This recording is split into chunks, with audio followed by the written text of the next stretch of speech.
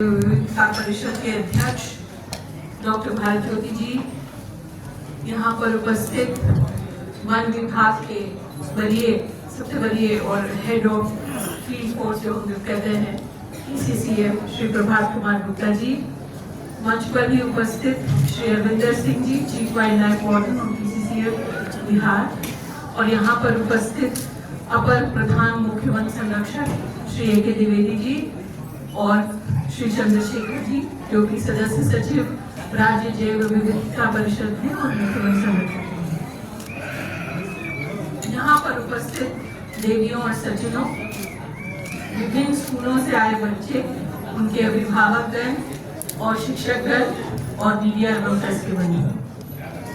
आज जैसा कि आप और हम जानते हैं, अंतर्राष्ट्रीय जैव विविधता दिवस है। जैव विविधता या बायोडाइवर्सिटी अगर हम कहते हैं तो ये क्यों मनाया जाता है? बहुत से UN कन्वेंशंस हैं जिनको अपनाया गया है और उसी के आलोक में ये दिन भी मनाया जाता है, जब हम लोगों ने भी इसके ऊपर किया है और पूरे वर्ल्ड ने इसको माना है। लेकिन बायोडाइवर्सिटी की जब हम बात करते हैं तो इसका मतलब क्या होता है? अब हम सब जानते हैं कि ईश्वर ने इतनी सुंदर पृथ्वी जब बनाई है तो उसमें बहुत सी चीजें रंग बिरंगी बनाई हैं, जिसकी वजह से ही ये पृथ्वी इतनी सुंदर और आकर्षक लगती है। उसी पृथ्वी के एक हिस्से हम भी हैं, लेकिन उसके अलावा जितने भी पौधे हैं, जितने भी जानवर हैं, जितने भी कीट पतंगे हैं, जितनी भी मछलियां हैं, जितनी भी अन्य जीव जंतु हैं, यहाँ तक कि पैरासाइट्स और माइक्रो ऑर्गेनिजम्स तक को ले लीजिए, हर तरह की विविधता बनी है इस पृथ्वी के ऊपर। और ये सारी विविधता एक दूसरे से कड़ियों में जुड़ी हुई है। अगर आप सबने स्कूल में फूड चेन्स पढ़ी हैं या पर्यावरण संतुलन के बारे में पढ़ा है तो आप ये जानिएगा कि हर चीज का किसी और से कड़ी में जुड़ाव है, और अगर एक चीज विलुप्त हो जाती है उस कड़ी की तो दूसरे के ऊपर उसका बहुत ही प्रतिकूल प्रभाव पड़ता है। इसी वजह से जब हम लोग जैव विविधता की बात करते हैं तो जैव विविधता इसलिए भी जरूरी है कि पृथ्वी संरक्षित रहे और वैसी ही रहे जैसी वो शुरू से बनी थी, हरी भरी। और उसी के साथ अगर जैव विविधता नहीं रहेगी तो वो दिन भी दूर नहीं है जब मानव जीवन भी इस पृथ्वी से विलुप्त हो जाएगा। इसलिए ये बहुत आवश्यक है कि हम इसकी महत्वता को समझें और इसे आगे बढ़ाने के लिए सतत प्रयास करते रहें। बिहार राज्य में भी राज्य जैव विविधता परिषद का गठन 2017 में किया गया है और जैव विविधता परिषद के माध्यम से बहुत से कार्यक्रम भी चलाए जा रहे हैं। सभी पंचायतों में जैव विविधता का रजिस्टर बनाने के लिए समितियां बनाई गई हैं, जिसमें बहुत से लोग जो गांव के हैं, पंचायतों के हैं, वो उसके सक्रिय सदस्य हैं। और मकसद यही है कि पंचायत पर हम लोग अपनी जैव विविधता को अंकित करें कि हमारे पंचायतों में क्या क्या उपलब्ध है। और इसमें सब कुछ ही आता है, जैसे मैंने कहा, पेड़, पक्षी, पशु, पौधे, सब कुछ इसके अंदर आता है और ये हमारे लिए जरूरी है। आज आप और हम कई बार जब अखबार पढ़ते हैं या विचारण करते हैं या अपनी दैनिक जिंदगी में भी देखते हैं तो अक्सर ये कहते हैं कि बहुत से पौधे जो आपके और मेरे बचपन में दिखते थे शायद अब उतने नहीं दिखते जितने पहले दिखते थे। और सबसे बड़ी बात तो हम लोग सब ये भी बार बार बोलते हैं कि गोरैया जो सबके घरों में फुदकती हुई दिखती थी वो भी आजकल बहुत कम दिखती है। बचपन में जितने पशु पक्षी हम लोग बहुत आराम से देखते थे वो आज कम दिखने को मिलते हैं।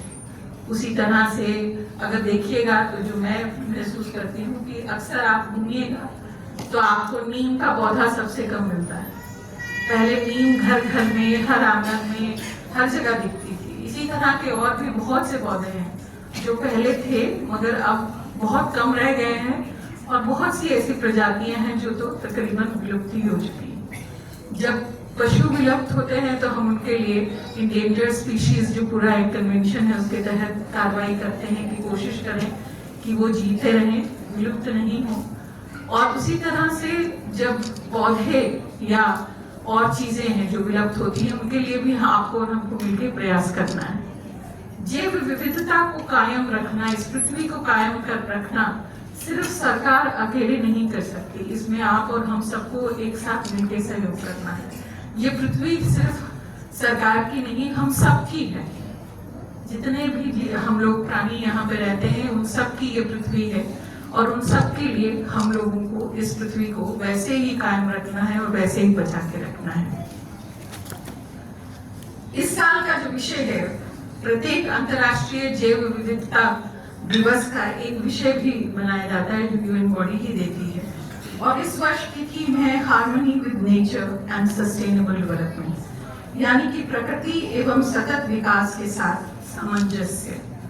और ये तभी हो सकता है कि जब प्रकृति और हम मिलजुल कर चले। हमारे हाथों से प्रकृति का विनाश नहीं हो और प्रकृति को हम लोग फूलने भरने का पूरा मौका दें, लेकिन इसके साथ साथ विकास भी जरूरी है। आज जैव विविधता पर अगर संकट है तो सबसे ज्यादा संकट हम ही लोगों की वजह से।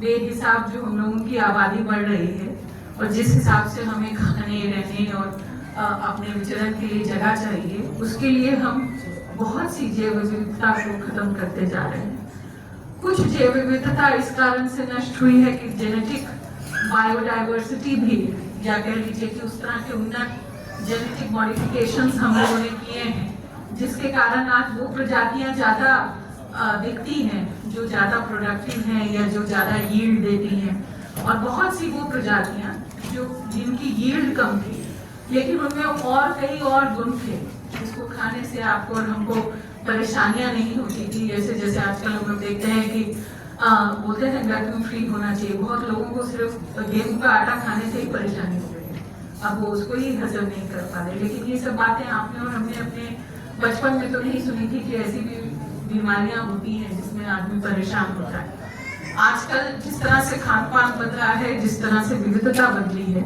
उसके बहुत से बहुआयामी परिणाम भी आप और हम देख रहे हैं।